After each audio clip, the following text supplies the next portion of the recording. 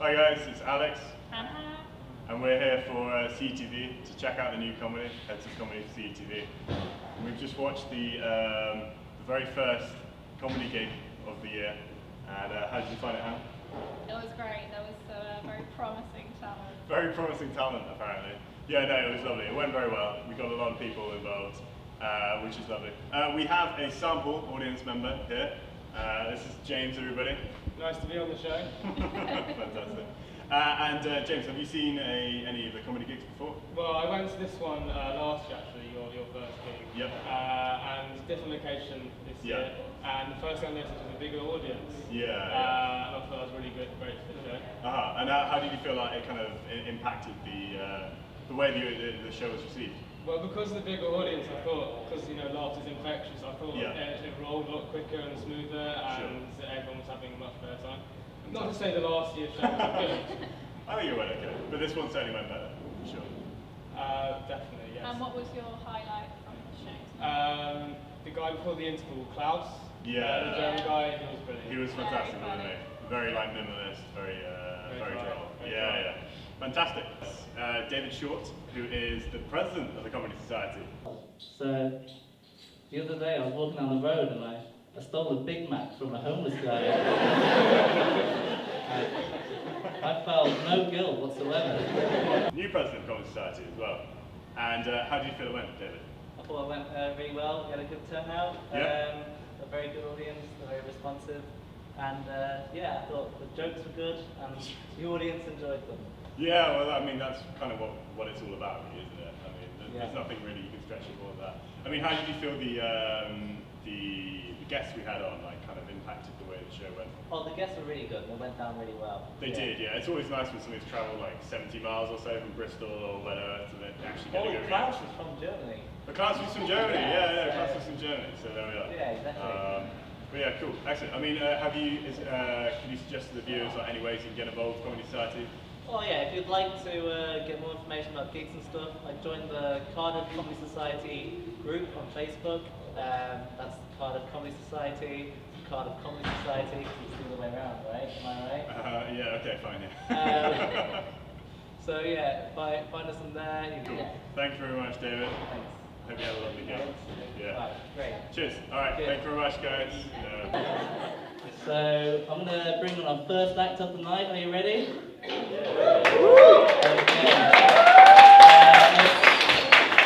Harry Daniels.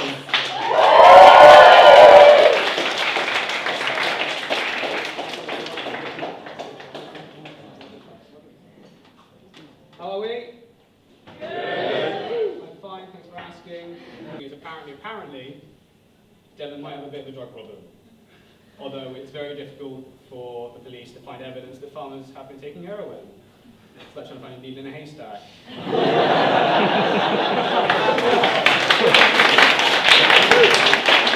Let's keep that going for our next act, Jason Truelove. These jokes were written by 5-year-olds, by the way. Okay, so what did one bee say to another bee? I like plants. What do you call a tiger with glasses on? A scientist tiger. And why did the skittle go bowling? Because he is part of bowling. We've got Jamie D'Souza, who's got a guitar. I thought what I'd do is I'd come up with my own Blue Peter theme, which sort of brings it back to its nerdy roots while keeping some sort of level of gangster. So that's what I've done, and this is it.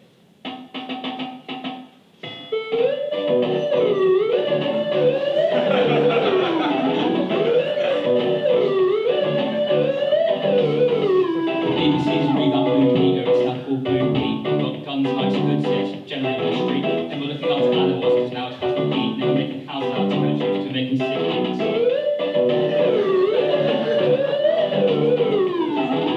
Watching the old format made me so aggravated. Who wants to watch Click the Sheepdog getting vaccinated? Can't deal with the show because it's so antiquated. Now we're teaching how to cut Molly without getting contaminated. And we're not about saying your excuse me sometimes. We've got Tim Westwood growing weed in the Blue Peter garden. And Chris Brown's over there, he's slapping some hoes instead of helping the old ladies cross the road.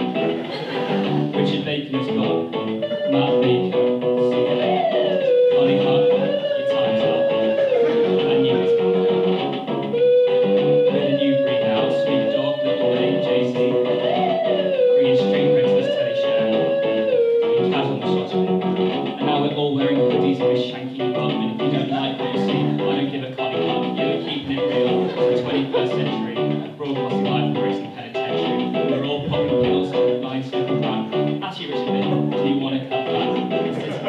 with leader education, teaching you how to survive with self-regeneration.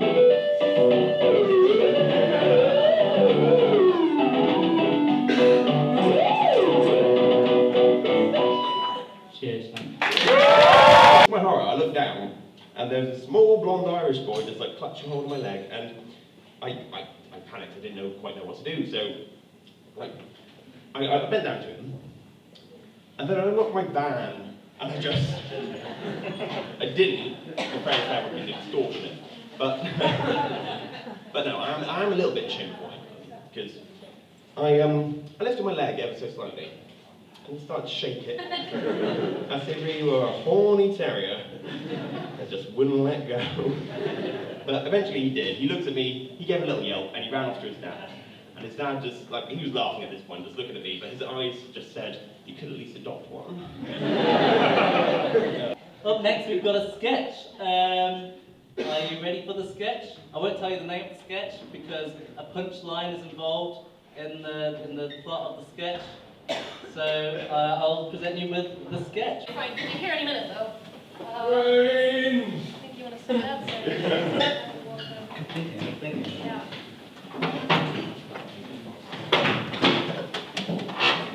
Excellent. Well, now we're all here. May I present to everybody the appointed commander of the Deceased Collective and representative of the undead population, and of course the widely acknowledged leader of the defeated nations who is here representing the human race.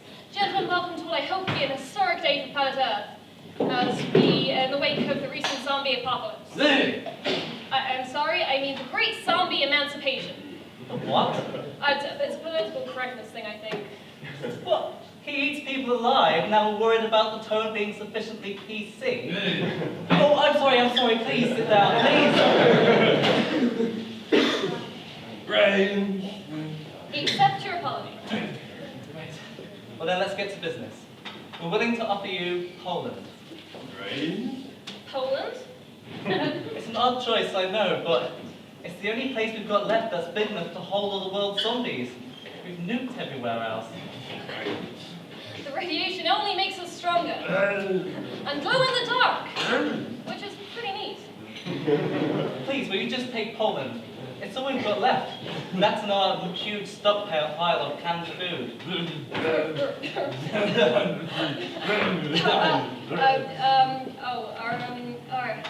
difficult. No, just forget it. It doesn't translate well. It's pretty funny though. Will you just take Poland? Rain? Yes.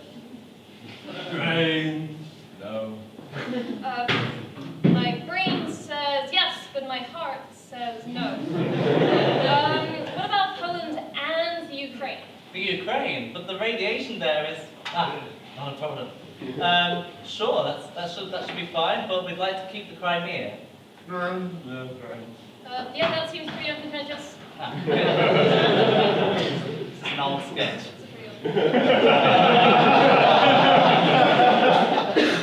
Right, we can sort out the details later. Now, just tell me, how's my wife doing? I've been worried sick since she's been gone.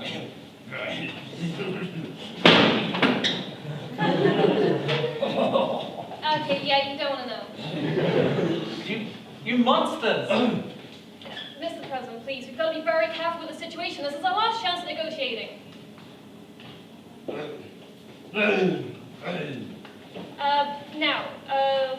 Apparently he wants you to harm your tits. To what? He wants you to soothe your boobs. To de-stress your breasts. To undo the calamity that is your memories. Okay, sure. Well, what about my wife?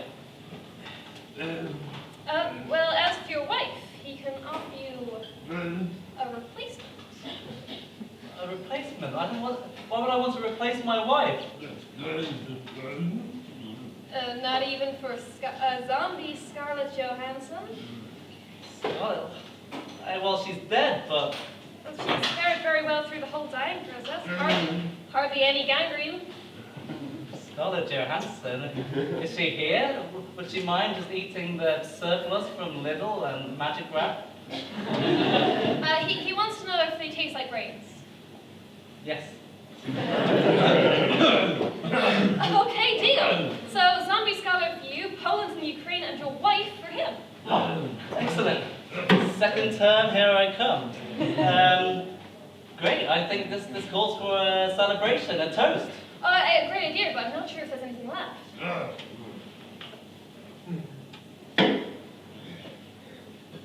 Is that beer? Brains.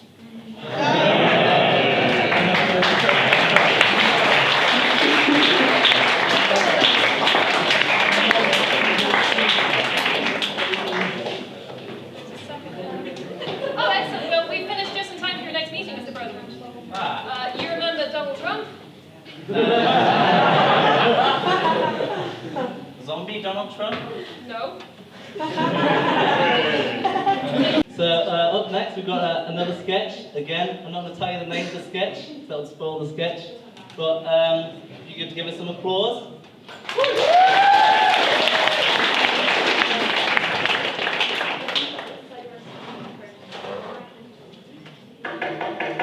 Yes, man. Let me in! Open house. The Dark Knight. No country for old men. Mean streets. A series of unfortunate events. The notebook stolen, Taken. spirited away. Not. Gone with the wind. This is the doll's house. Welcome to Queen. Gangs of New York. There will be blood. They will not forget. Inglorious bastards. The lives of others. Another happy day. Oh, the hangover. Good night. Fantastic for all the wrong reasons. Get lucky. Oh, don't say a word. Yeah. Magic, might, envy. It could happen to you. To a 40-year-old virgin. One day. Not likely. It's a wonderful life. It is a wonderful life.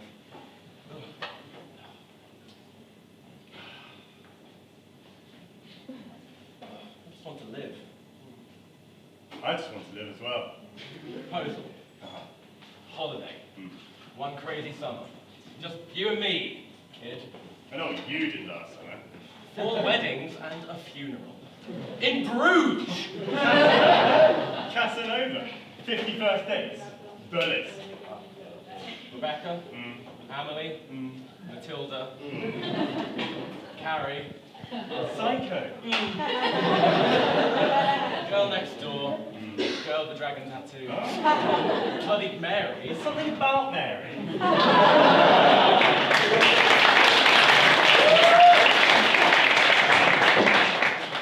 The Queen, Mm-hmm. Hannah, and her sisters. Forgetting Sarah Marshall. Anna Karenina, Mm-hmm. the Iron Lady, Iron Man, the Iron Giant. Hey there, you guys alright? Oh, the third man. Don't bother to knock. Have you seen outside? It's gorgeous out there. Boiling. Some like it hot. Eternal sunshine of the spotless mind. Oh, for fuck's sake, you're not doing the bloody film titles thing again. Just talk to me like normal people. Ordinary people. The two of us. Sorry I was late back. Rush hour. No, I was just out late last night. Rush hour 2. I was over at someone else's house. Oh, Dirty Harry. One of the one-time thing. When Harry met Sally. Friends with benefits. Love, actually. Oh. He's just not that into you. Guys, do you happen to have the date? Friday the Oh, 13th. fuck! Okay, I'll just check myself because you guys got a simple question. Alright, that was lucky. Shit, I've got to go, but... Dude, where's my car? Hey! Right, see you guys later. Fucking moving out. Should we tell him we nicked his car? Nah. Okay, put your hands together all the way from Germany, Klaus.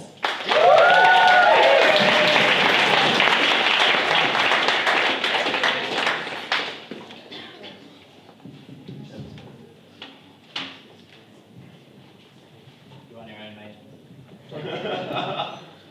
Hello, sovereign nation of Wales. My name is Klaus. I'm a minimalist comedian. It would be preferable for me if you could all be quiet for the duration of the set. Dankeschön. Joke number 1. What do you call a man with a seagull on his head? Fundamentally alone.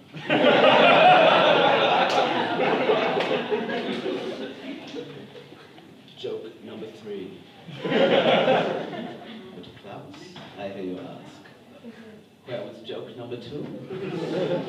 Well, therein lies joke number 2.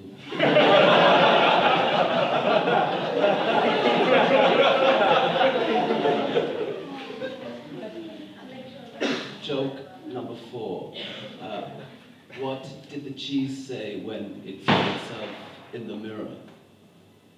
I am fundamentally alone. It's a sentient piece of cheese, of course it's alone.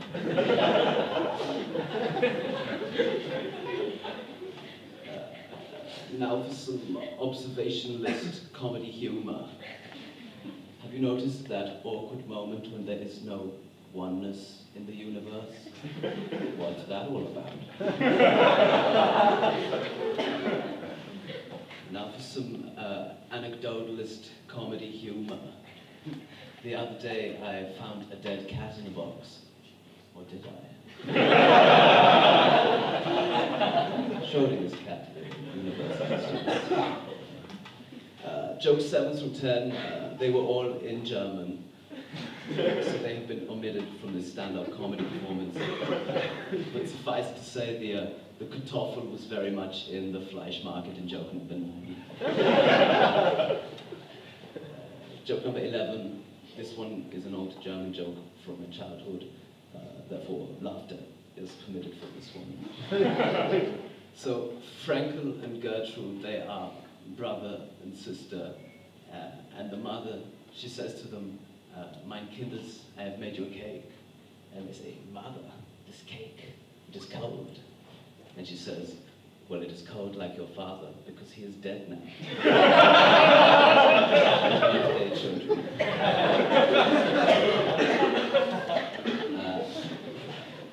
Ladies and gentlemen, this section of my set I shall dedicate to some new material, which I shall be reading off das iPad. But first, allow for me to change into my reading glasses.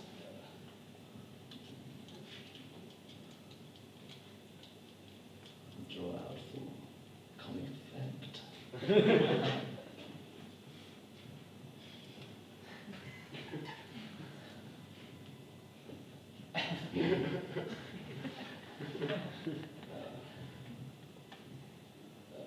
New material, joke number 1.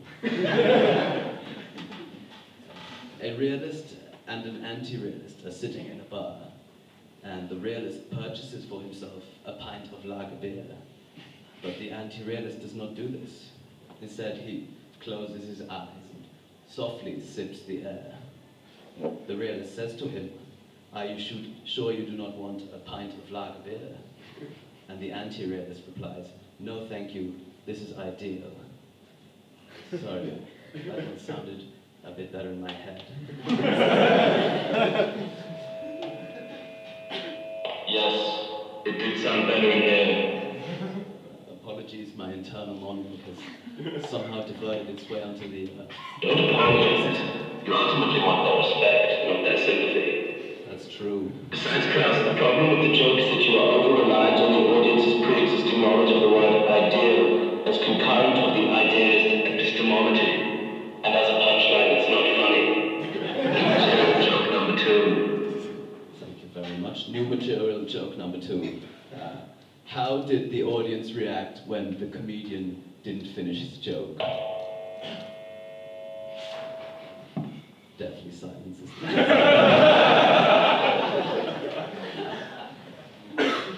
Dankeschön. That was the end of the new material. I've been Klaus. You have been my audience. Guten Nacht.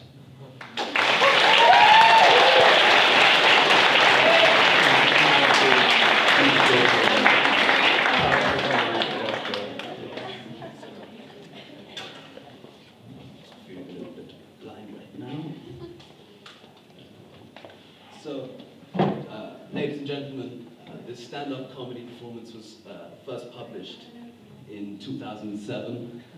Since then, I've written an appendix, which I would like to share with you today. Appendix A, the mystery of joke number 2. Now, as you may recall, earlier in my set, I make the leap from joke number 1 to joke number 2, stating that the joke of joke number 2 is that joke number 2 does not exist. But how is it possible that you, the audience, are able to laugh at a joke if it is but void? Long and hard I queried this question, stumbling constantly, hitting brick walls, until one day when I was in the foothills of Sri Lanka, deep in meditation, a thought struck me. Eureka. What if, in fact, there was a joke lying in the crevice between jokes number 1 and joke 3, as demonstrated by this subatomic joke number 2 over here? What I did next was I took a previous recording of the set, I slowed it down, and if John, you could please play for me the first recording shot. What do you call a man with a cigar on his head? Fundamentally. Did you hear that?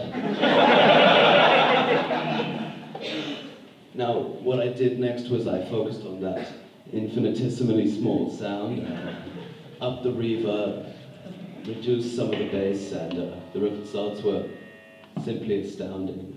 Johan, if you could please play for me the second one, be fantastic.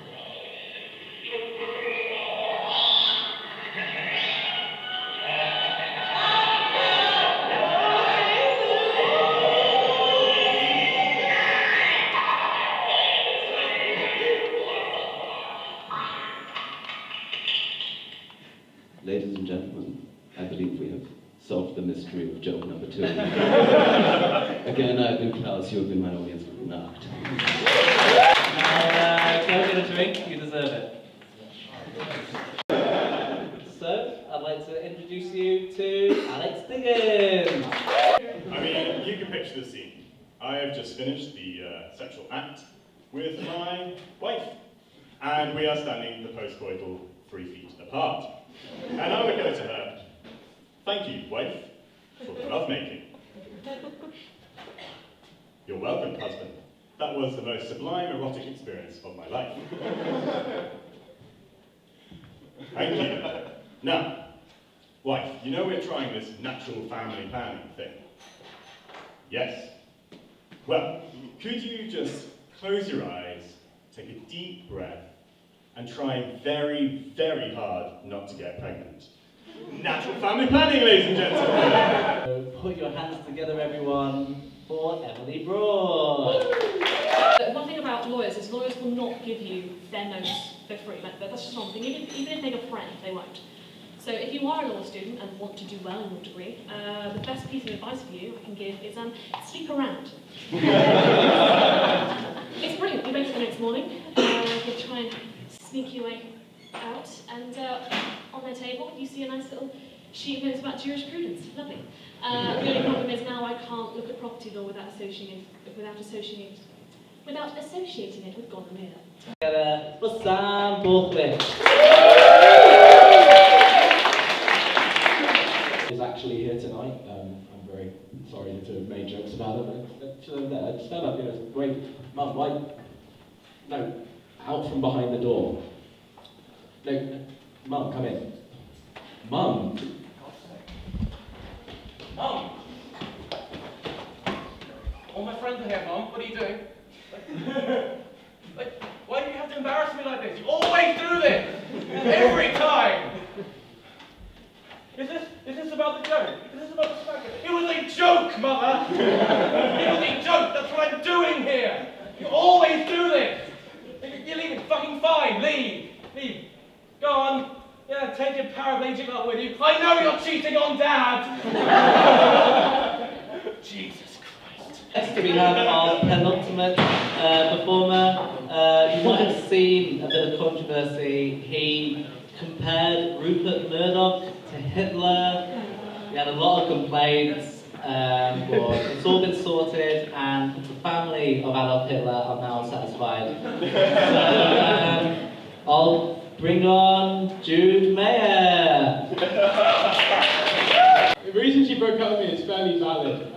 I fell out with her grandmother. We were staying at her grandmother's house, and we were doing like a surprise party for her grandmother, and I was in charge of doing the balloons, and I had one of those like hand pumps, and I was doing it in the spare room, and she walked in on me doing it, and she walked in on me doing this. And I turned around and I saw her leave, and I said, no, I'm sorry, it's not what it looks like. I was in here making your balloons, and I got bored and started masturbating in the corner. A real, up-and-coming comedian, by the way. It's a real pleasure to have him here. The Southwest Times said he is the one to watch. A remark seconded by his probation officer. It's a real pleasure to bring on George Erlanger.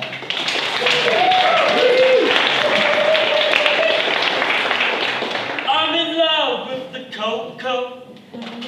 You don't know who I am. I'm in love with the Coco. What's your favourite Coco? What's that? I'm in love with it, mate. I'm trying to work on the opening. That was improv, I didn't mean to do that. What I do, because this is quite egotistical, right? Because I've put myself in a spotlight, I'm not very confident. So, because I'm the last one, and it's a Monday night in Cardiff, and I feel really good about myself. What I normally do is I write down on my hands, I have tiny balls, right? Because then when it's going really well and Lady Fame's knocking at the door, I can look at my hands and remember I do have tiny balls. Something I like to do. I've got, what I like to do as well is also give myself nicknames. One nickname I've been living with for a while is Chubby White. No particular reason at all for that. I also like hip hop. I'm really into Don't Flop, which is do you ever know Don't Flop? You shouldn't, because it's not self-respecting for a white person too. But one of my favourite hip hop artists is a guy called Shotty Horror, and he's got a lyric in one of his songs. And the lyric goes, I smoke that sticky, icky, icky all day. Baby, we made it. Now I know we made it. And I know what sticky icky refers to. So I have started a rap empire. A rap name's Chubby White, and you can do a rap. So go into character, we'll begin. Music's meant to happen. Yo! Just because I don't come from the street doesn't mean I haven't walked on the street. I'm not even sure which streets you're referring to, but I'm sure if I use Google Maps, I'll discover them. So yeah, I do live in a really big house with 3 floors, no rent, because I own all them. Quite well off. But I still want to get into this rap game, and to be honest, I don't think there should be a problem. I've already got one of the 3 essential items. Money.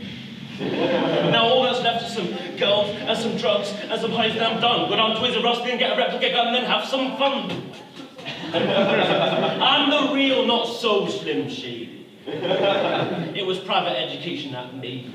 If I had a girlfriend, I'd probably call her lady. But that's irrelevant. I spent hours in detention spitting bare bars to relieve tension. Got the bar. It's not hard to gain fame. I've got 2 cars, but I'm not unsure enough. Well, that counter don't always do it. But, I don't just walk the walk, I take a taxi. I don't just talk the talk, I'm in the backseat. Always hanging with my G's, just relaxing. I've got my own house keys. You're amazing. Thanks, collective female opinion. Right, that was fun, but let's slow it down a little bit. I lost my brother on the streets. I tried calling. He went the wrong way, started bawling. Now he's learned the hard way. It's very important. We should always leave your phone on. Much, Jay. please.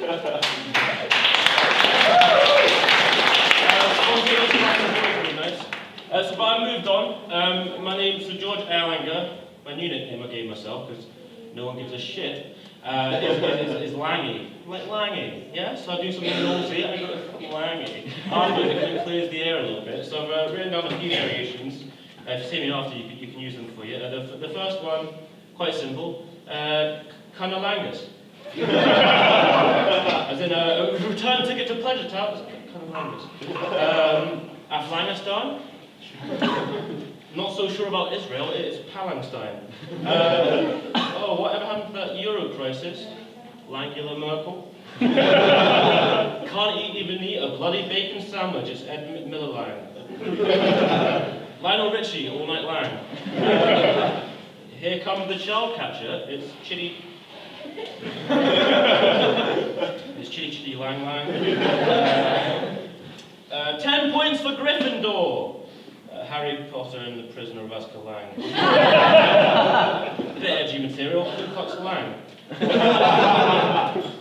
I fell in love. Oh, yeah, it was a reciprocal, so it was really nice. But it started with a little argument with my mum, which I never call my mum. And it's all about these shoes, right? And they're really important. So I'm going to recreate the argument that I had with my mum with my shoes. Talk about when I fell in love. It's going to be really nice, but also sad, but quite all-rounded. So I've recreated me and my mum, because she's not here. She's not dead, she's just not here.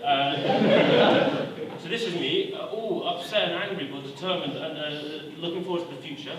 And this is my mum, it's a pair of lips, because all the motherly emotions is quite difficult to draw on a pair of shoes. So let's kick this. Alright, so me, mum. George? Yeah, mum? I'm a cool, relaxed kind of guy. That was me responding to my mum then. George? Yeah? I think you need a new pair of shoes. Like, what the shit? Talk about diving in the deep. What do you mean I need a new pair of shoes? These shoes are comfy. Too comfy, George, like your life is too comfy. Mum, is this even about the shoes? No, it's not about the shoes, but I'm masquerading out issues with a pair of shoes. That's just very clever theatrical advice, man. How about yourself? George? I didn't want to say this, but the reason you don't have a girlfriend is because of your shoes. Oh, shit. George, I just want you to be happy, and I feel like new shoes. You've done enough. I'm going to prove you wrong by going to China. China.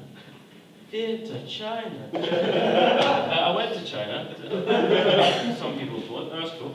I went to China and I fell in love with a girl called Ting Ting, that was her name, and people get weird about that. They think I'm kind of being some sort of asshole, but it's not, it's the other way around, because she was older than me and taking advantage of me. But like when you see like a kind of young, white, single guy who's a little bit nervous about shit, they kind of get on their Louis Theroux hype.